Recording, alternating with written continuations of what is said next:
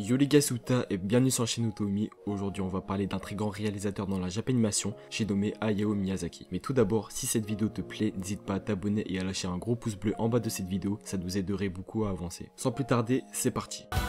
Miyazaki est un dessinateur, réalisateur et producteur de films d'animation japonais. Bon, autant vous dire que le mec pèse dans le game.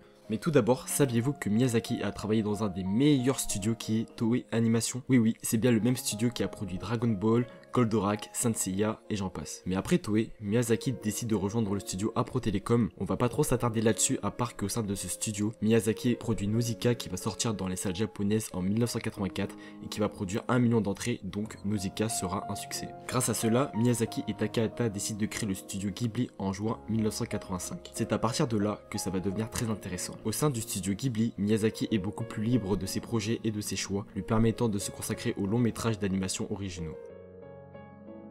Nous allons d'abord parler de la filmographie de Miyazaki avant d'expliquer pourquoi Miyazaki est un aussi grand réalisateur. En avril 1988, Mon voisin Totoro sort en séance commune avec Le tombeau des lucioles de Takahata. Bien que refusé au départ par les producteurs, le succès 800 000 spectateurs et surtout l'impact de Totoro auprès du public dépassera toutes les attentes. En seulement 3 films, Miyazaki commence à devenir de plus en plus connu au Japon. Mais l'été suivant, Miyazaki réalise Kiki la petite sorcière et atteint 2,5 millions d'entrées. Il venait de réaliser sa meilleure performance, le film qui va permettre à Miyazaki de complètement exploser et Princesse Mononoke. Tout d'abord, il faut savoir que Princesse Mononoke a été renommée, son ancien nom était La légende d'Ashitaka. Pour le produire, il décide de se retirer plusieurs semaines sur la petite île de Yakushima au sud du Japon où il mûrit l'environnement naturel du film. C'est en 1997 que Miyazaki sort Princesse Mononoke qui va avoir un succès phénoménal avec plus de 14 millions de spectateurs. Il devient le film le plus vu au Japon jusqu'alors, obtient de nombreuses récompenses et propulse son réalisateur sur la scène internationale. Le voyage de Chihiro débarque en salle au cours de l'été 2001 tel un ouragan. Il totalise près de 25 millions d'entrées, soit le plus grand nombre de spectateurs de cinéma dans l'histoire du Japon, record qu'il détient encore à ce jour. Son succès, critique et public, retentit dans le monde entier, en témoignant les nombreuses récompenses reçues, parmi lesquelles l'Ours d'or du meilleur film à Berlin en 2002 ou encore l'Oscar du meilleur film d'animation en 2003. En 2001 est également inauguré le musée Ghibli à Mitaka, près de Tokyo, pour lequel Miyazaki réalisera plusieurs courts-métrages. Miyazaki sortira aussi Le Château ambulant qui arrive en salle en novembre 2004 et réunit 15 millions de spectateurs. En bref, Hayao Miyazaki a mangé toute la scène de la Japanimation pendant une bonne dizaine d'années.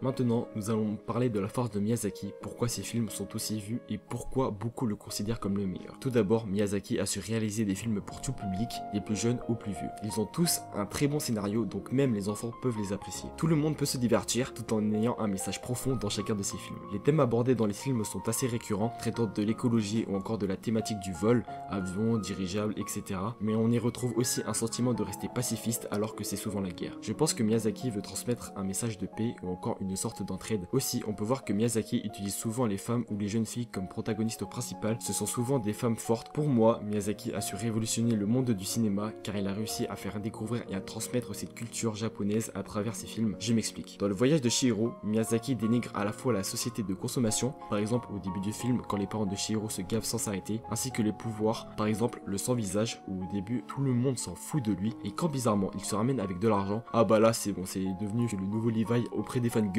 tout le monde le voulait. Bref, chaque personnage des films de Miyazaki sont des références aujourd'hui. Je pense notamment à la princesse Mononoke qui dès le début du film dégage une puissance perceptible. On peut aussi parler des dessins qui sont très jolis visuellement, que ce soit au niveau du chara design des personnages ou encore le décor. On peut souligner aussi que tout est fait à la main, donc ce sont des planches traditionnelles qui sont de plus en plus rares aujourd'hui, mais je vous parlerai du studio Ghibli plus en détail dans une prochaine vidéo car il y a tellement de choses à dire sur ce studio. Mais à part ces films, Miyazaki était autodidacte avec la tête sur les épaules et avec des objectifs à atteindre. Miyazaki a gagné énormément de récompenses grâce à ses films. Je ne pourrais pas tous vous les citer, mais il a gagné 3 lauréats, le Lion d'or d'honneur, Ours d'or dans Le voyage de Chihiro et Oscar du meilleur film d'animation dans Le voyage de Chihiro. Des titres complètement mérités pour ce grand maître de l'animation. Et voilà, c'est la fin de la vidéo. Si cette vidéo t'a plu, tu peux éventuellement lâcher un like et à t'abonner, ça nous aiderait énormément. Merci à toi de m'avoir écouté, je te dis à la prochaine, c'était Uta, ciao.